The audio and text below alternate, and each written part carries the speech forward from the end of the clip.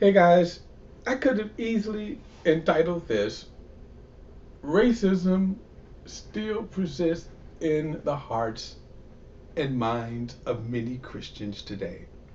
In a recent Surface video, famed pastor and author John MacArthur is on video saying, if you have the right master, slavery is okay. Now, my question, that did he mean all slavery? Let's come back to that, but here is a snippet of what he said. That we have such an aversion to slavery because historically there have been abuses. You know, there have been abuses in marriage. We don't have an aversion to marriage particularly because there have been abuses.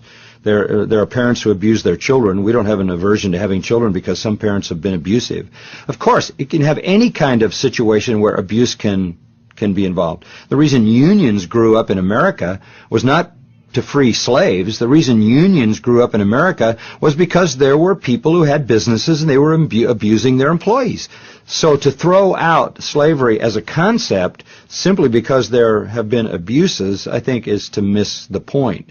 In any kind of human relationship, there can be abuses. There can also be benefits. For many people, poor people, perhaps people who weren't educated, perhaps people who had no other opportunity, working for a gentle, caring, loving master was the best of all possible worlds. If you had the right master, everything was taken care of. So we have to go back and... Okay. I had to play that so that you could hear it for yourself. Now, there's more, but understand that many white evangelicals, this is how they believe. John MacArthur himself has a history of racism. He attended Bob Jones University. He has said things like social justice is the most dangerous movement in the last 100 years. Really? More than the Klan? But I digress.